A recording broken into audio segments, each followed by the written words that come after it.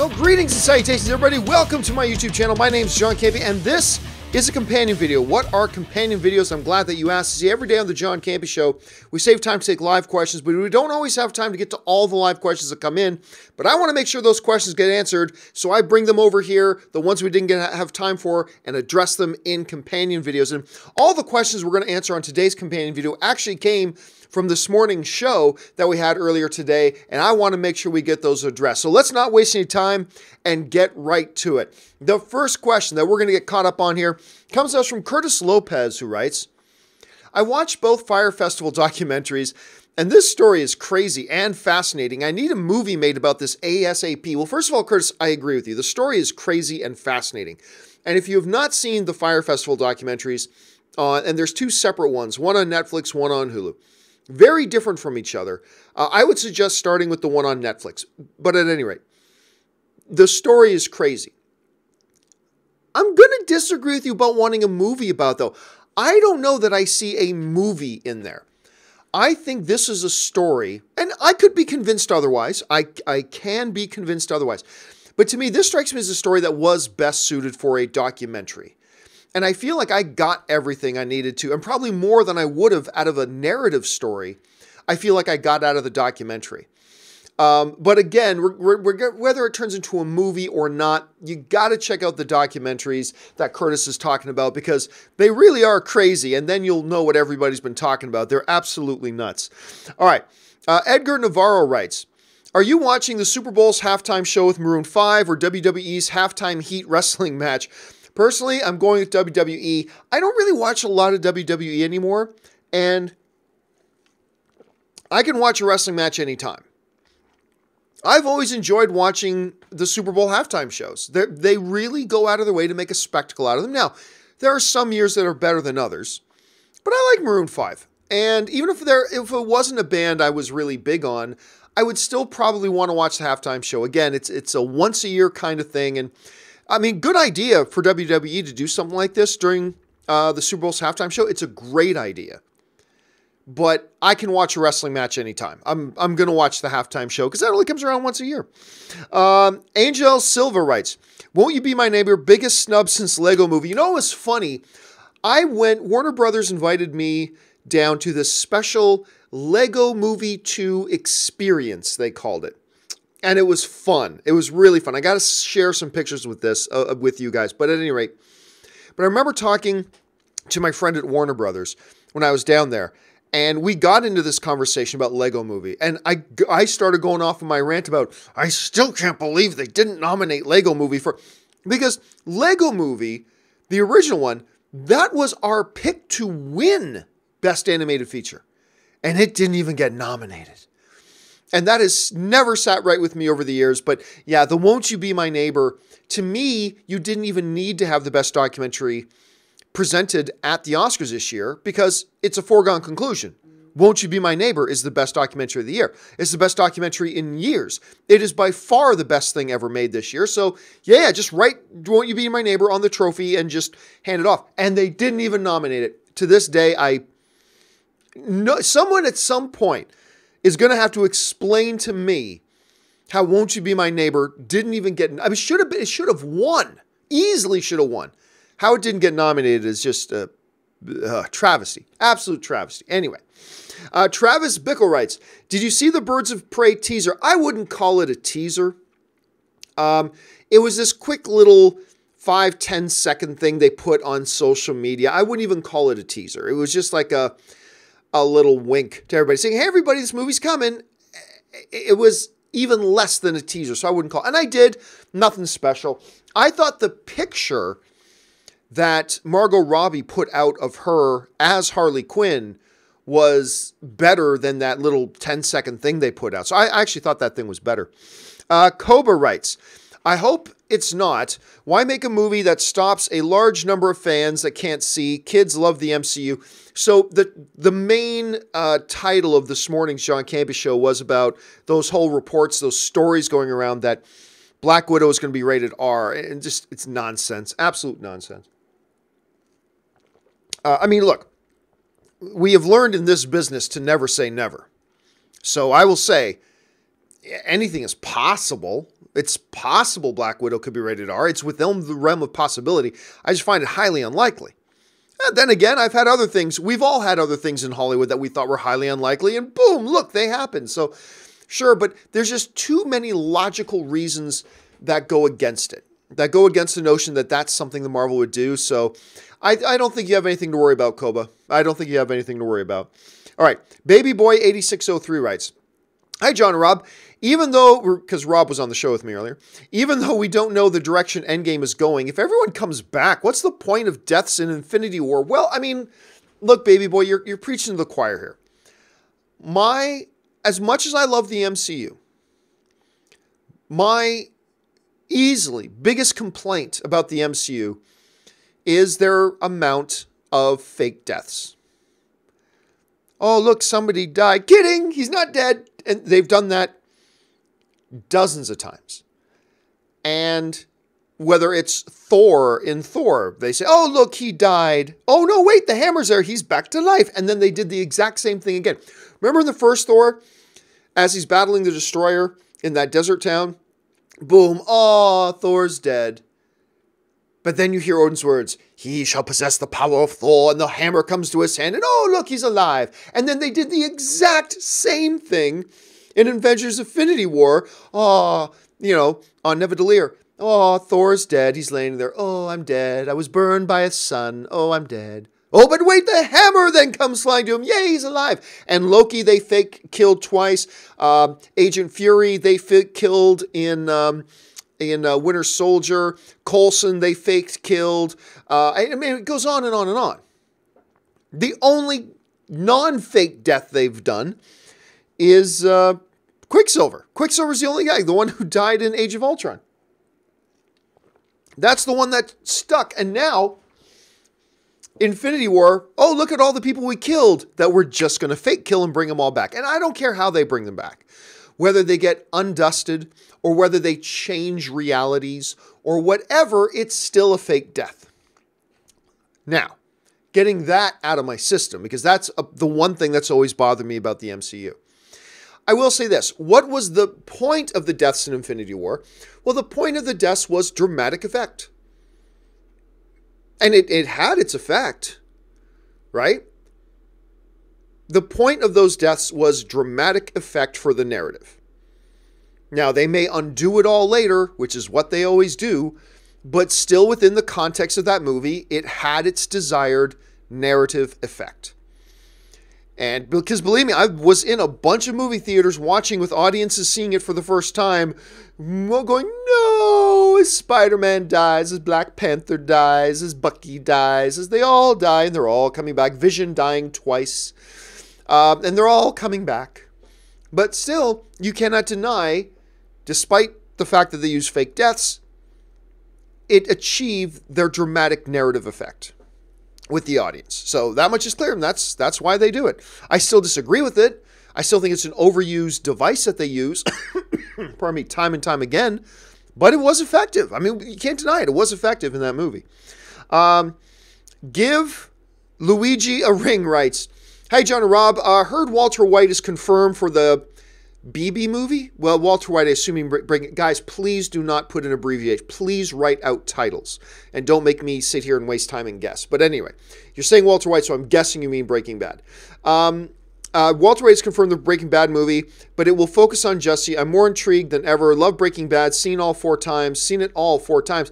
I don't know that Bryan Cranston is confirmed.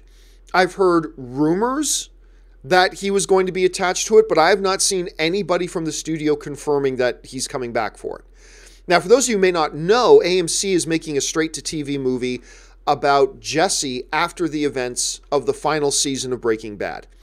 And there are whispers that characters like Walter White and others who died in the series will come back kind of in jumping back and forth through time storytelling like they do with Better Call Saul. So that's what they're saying. But again, I've not heard anybody confirm. Like maybe they have and I just missed the story today, but I personally haven't heard anybody confirm that he's going to be there. That is the whisper, but I have not heard anybody confirm that. Okay. JCL Productions writes, which is a harder movie to make, Roma or Black Panther? Why doesn't that factor into the awards? Infinity War is a feat never done at that level either.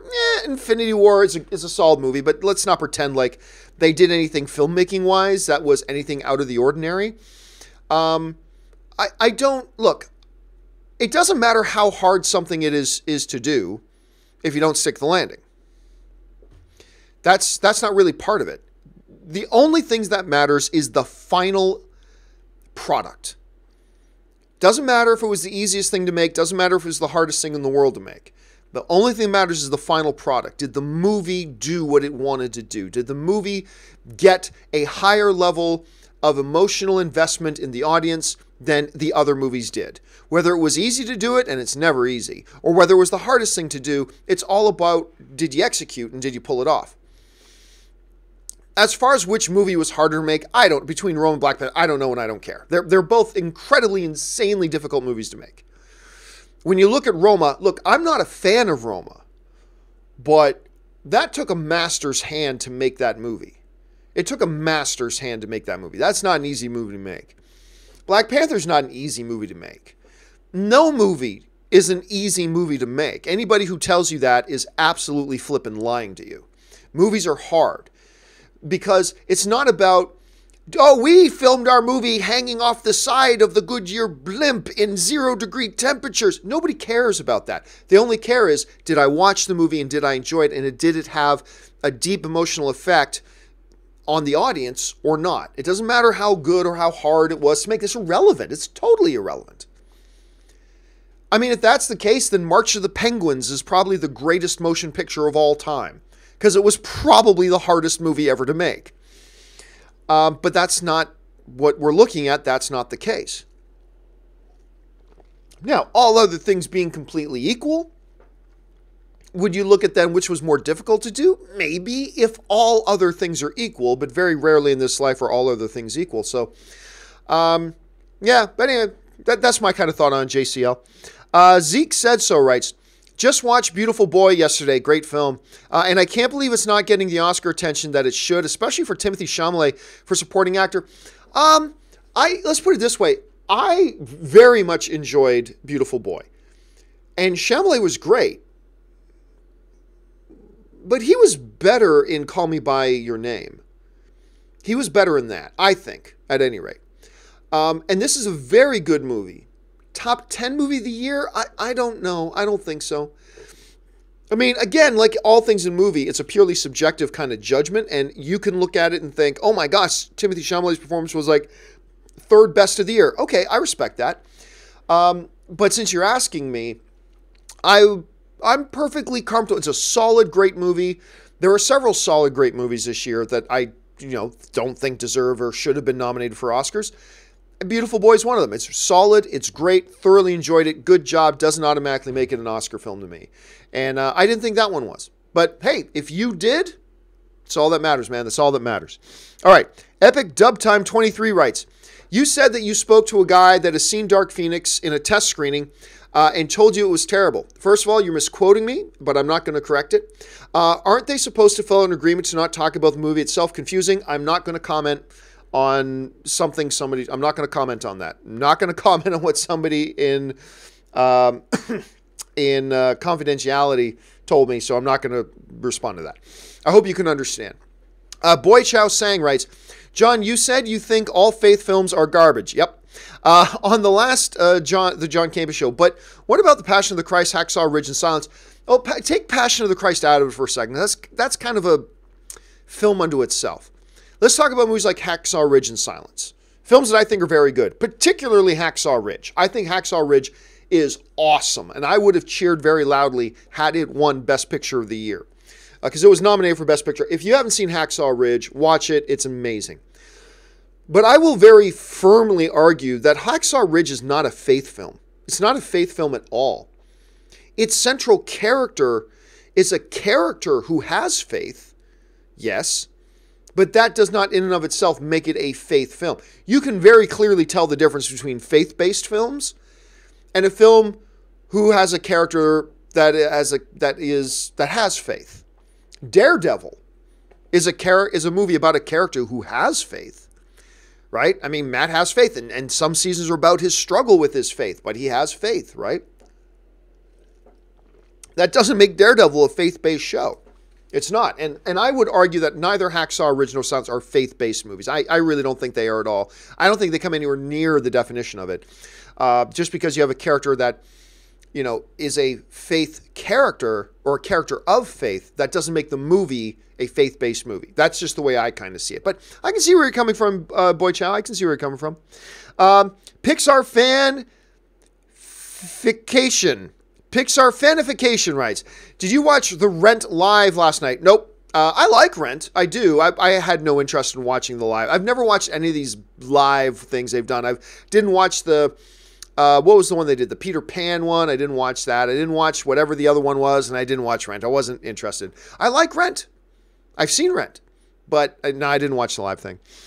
Shane Canavan writes, do you think there's any real chance of Daredevil being revived? Honestly, no, but people say Marvel could continue Daredevil on Hulu, but is that a realistic expectation? Can Marvel even legally use this version of Daredevil in the future? My understanding, which is limited in scope in this, my understanding is no, Disney cannot use this iteration of Daredevil in their own things. So as far as I know, that iteration of Daredevil is done. Only Netflix can do that particular iteration of Daredevil. Now, according to the reports that we've all read, after 2 years, Netflix is free to do another iteration of Daredevil, but it cannot be that Daredevil. It can't be that Charlie Cox Daredevil, that Vincent D'Onofrio Kingpin. It can't be that. You can do a new incarnation. You can do a rebooted Daredevil, but you can't do that one. So as far as I know, and remember, these contracts are hundreds of pages long, and we probably know about 2 pages of them. So I'll just say, as far as we know, no, it doesn't look like Disney can continue on this Daredevil franchise. I think fans are just going to have to come to terms with the fact that that series is done. Let's celebrate the 3 seasons we had. They were excellent and amazing, but I think they're done. I think they're done. Again, look, never say never, because there's much we don't know here, but I'm going to say, yeah, I think it's done. I think we're pretty safe to say it's done. James Argento writes, what character interaction do you want to see in Endgame? Mine would be Korg and Stark. I don't care. Because I never would have said going into Infinity War, man, I really want to see Rocket and Thor interact. I never would have said that. And that's like one of the best things of that movie is the Rocket and Thor interactions are great. So I'm not going to say I don't have any wish list. I have no wish list. I'm excited and looking forward to seeing whichever interactions they give us. But I'm not setting myself up by saying, I need to see so-and-so and so-and-so on screen together. I'm not setting myself up for that. It's no problem if you want to. That's cool. But for me as a movie fan, I don't want to set myself up that way. I'm perfectly happy with whatever they give me, and I'll just take what they give me, and I'm going to be happy with it. So that's kind of how I feel about that, James. Connor Dixon writes, just watched The Big Lebowski for the first time and loved it. Heard a while ago that the John Turturro was getting a spinoff. Surely not, right? Yeah, I read those reports too. I might have even talked about those on one of my older shows. That the Jesus character would get its own spinoff. Whatever happened to that, I don't know. Was it ever legitimate? I don't know. Here's an interesting thing, though. I don't know much about this, but I know Jeff Bridges put out this video of himself as the dude walking into some bar or something like that, and like in full dude outfit, and said, and then there was a date, and like people going, what? Wait a minute, are they about to announce another Big Lebowski? I have no idea what came of that, but look it up, see if you can find it, and you guys tell me what that was all about, because I'm a little bit freaky. Even Chris Evans wrote, he responded to that tweet and wrote, don't play with my emotions. So I don't know what's going on. Are they doing another Big Lebowski movie? I don't know. You guys should check that out. Goku on DBZ writes, have you ever seen M. Night Shyamalan's Wide Awake? Oh, that's the one with, what's her name? From A League of Their Own. Rosie O'Donnell. That's the one with Rosie O'Donnell. I think I saw it. That's like 1997, 1998, something like that. I think I saw it. But I might be thinking of another movie. Even if I did see it, I don't recall it. So I'll go on and say that. Even if I did see it, I don't recall it. But yeah, look it up. Goku's not joking. There's a movie he did with Rosie O'Donnell in, in like the late 90s called Wide Awake. Check it out. If you guys have seen it, please leave a comment. Let us know what you thought about it. All right. Brandon Berrett writes, I'm 4 episodes into Punisher Season 2. You're 4 episodes ahead of me right now. I gotta ask, John Wick versus Netflix Frank Castle, who kills who? Whose skills will bring them out on top? I gotta go John Wick. I mean, they really do portray Wick as the boogeyman. Like, he is the ultimate guy that even in the world of assassins, he's the patron saint of assassins. So I'm going to have to go John Wick. I'll go John Wick on that. Now, what do I prefer? The John Wick movies or Punisher Season 1? I don't know. That's close. Because I adore the John Wick stuff, and I adored Punisher Season 1. So I don't know which one I prefer to that. But if you're asking me if I'm right in that, who do I see winning that fight? I'm going to go John Wick. I'm going to go John. I mean, like, depends on where it is, too. Like, almost anywhere John Wick. But, hey, if it's in the wilderness and it's a survival thing out in the wilderness, yeah, definitely go for Frank Castle. In almost any other environment, I'd probably take John Wick. Let's see. Jordan Benjamin writes, in reference to my McGregor episode 9 chat, the location the guy said they were filming was Forest Dini, which is in the UK, I believe. Previously used, right? I believe it was, yeah. I drew Captain Canada and Lightning Lad for you. Oh, was that you who drew that? That was great. I enjoyed that one very much. What can I draw Ashley as? Well, somebody's already drawn. David Crabtree drew Ashley as Captain Marvel, which was pretty cool. So, I don't know. Go for a Black Widow, maybe. Try a Black Widow. That could be interesting. Go for that one as Black Widow. Thanks, Jordan. Let's see. Luke writes, John, I've been trying to do Let's Plays of video games on YouTube, but sometimes my videos get blocked. I'm just wondering if there is a way I can do it and not worry about that happening. I don't know, man. I don't know. I don't understand the inner workings of YouTube and why they do the things they do, why they block some videos and why they don't others. I don't know, so I'm the wrong guy to ask. I mean, you can ask me about movie questions, but as far as like video game play stuff on YouTube, I honestly don't know. So like, I've put up a couple of play-alongs and play-in chats, but I am hardly an expert on YouTube policy when it comes to video games. So again, I wish I had a better answer for you, but I'm the wrong guy to ask, honestly. Okay, let's see. Fervor Loss writes, Ultron, the most underrated villain in the MCU. I would not disagree. I think Ultron, especially, voiced by James Spader, who's just got, the most awesome voice. James Spader's got an awesome voice. Because, when we talk about the great Marvel villains, there's not a lot of them, but the ones that are great. Loki, he's not underrated. Everybody loves Loki. Thanos, everybody loves Thanos, so he's not underrated. Killmonger, he's not underrated. Everybody loves Killmonger. I would agree with you. You know what? I'm going to go with you. Ultron's a villain that doesn't get a lot of love, and I feel like, yeah, I'm on your side on this. I think he is underrated. I think that as a villain deserves more appreciation than he gets. And you know what? I've gone back in the last year or so and watched Age of Ultron a couple more times. It's a better movie than I think people remember. It's a better movie. There's a couple things in it, yeah, but I mean, overall, it's a solid, really solid movie. I actually remember when I first came out of Age of Ultron, I was like, I think I like that more than the first Avengers. And then I thought about it for 5 minutes, and I went, well, maybe not. I'm not sure which one I like better. Then about an hour or two passed, and I'm like, okay, no, I like the first one better, but this one's great. And then it kind of went from there. But I've watched, like I said, I've watched it again for the last year or so. I've watched it a couple more times, and this is a solid, good comic book movie. And I don't think it gets enough love because it's got some really great stuff in it. Anyway, Ralph Reviews writes, the Ted Bundy Tapes documentary is also made by the same guy who directed the new film. Yes, it is. I finally got around to start watching those things. I'm 2 episodes in now. Fascinating. Fascinating stuff. Couple documentaries you got to see on Netflix right now. The Fire Festival one, gotta check that out.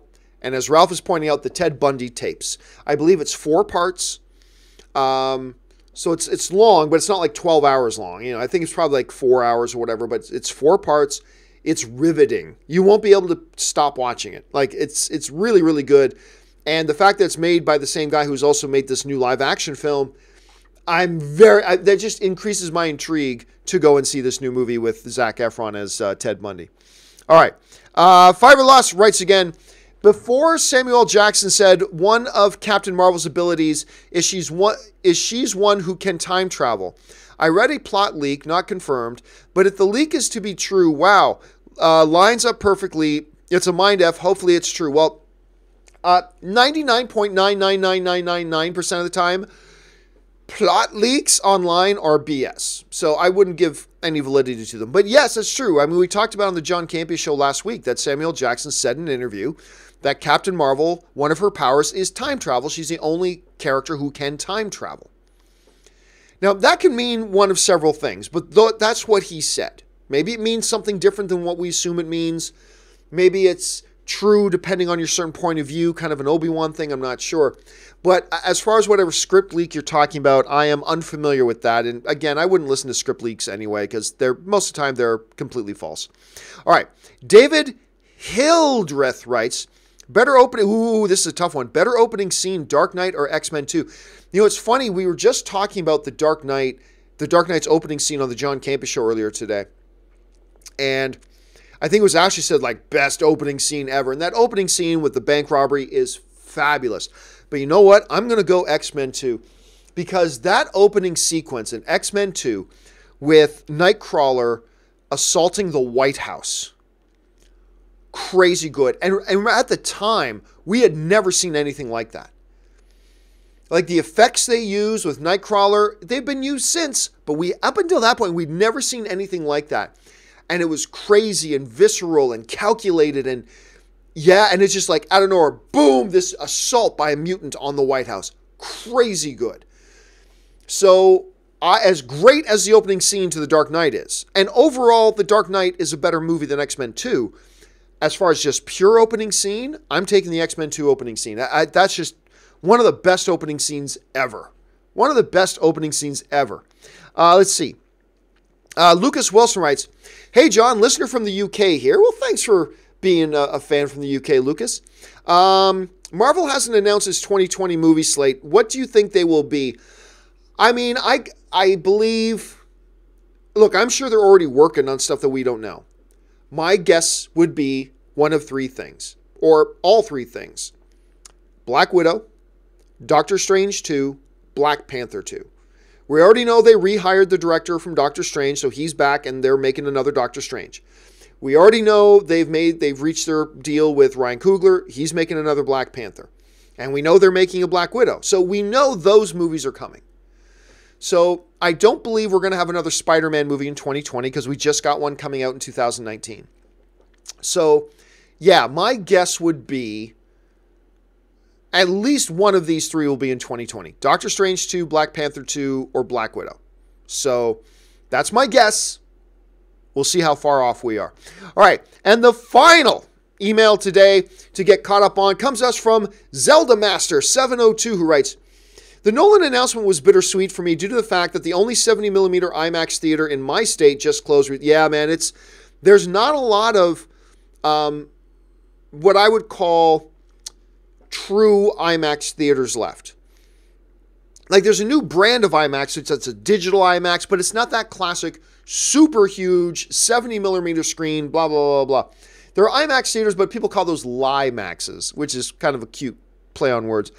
Not a lot. Actually, even in LA, I believe there's only 3 true 70mm IMAX screens left. One is at the IMAX theater itself. So at IMAX's headquarters, they have one. There's one at the AMC Universal City Walk. And then I think there's one other. And I can't remember where it would be. Maybe Century City. I don't know. And maybe there's 1 or 2 more. But even in Los Angeles, movie capital of the world, there's only like a couple of them left. So there's not many. They are disappearing, man. And I wouldn't worry about it. Obviously, Nolan's film is not only going to be playing on IMAX screens, so you're going to get to see it anywhere. But yeah, it's cool seeing a movie shot in 70mm IMAX on a 70mm IMAX screen. That's pretty cool when you get the chance. But again, not a lot of them around. So I'm sure, Zelda Master, you're not the only one who's going to be facing that conundrum. There's a lot of people that face it, man. All right, guys. We are now all caught up from all the super chats that came in earlier today. Thank you so much for sending those in for those of you who did. And thank you for those of you just joining us for a little bit of time with some fellow film fans talking about the movies together. Don't forget, guys, the John Campea Show will be back on again tomorrow morning at 9 a.m. Pacific Standard Time. Make sure you come and join us live or watch it after the fact. It's all good. That'll do it for me, guys. Thanks a lot for being here. My name's John Campea, and until my next video, bye-bye.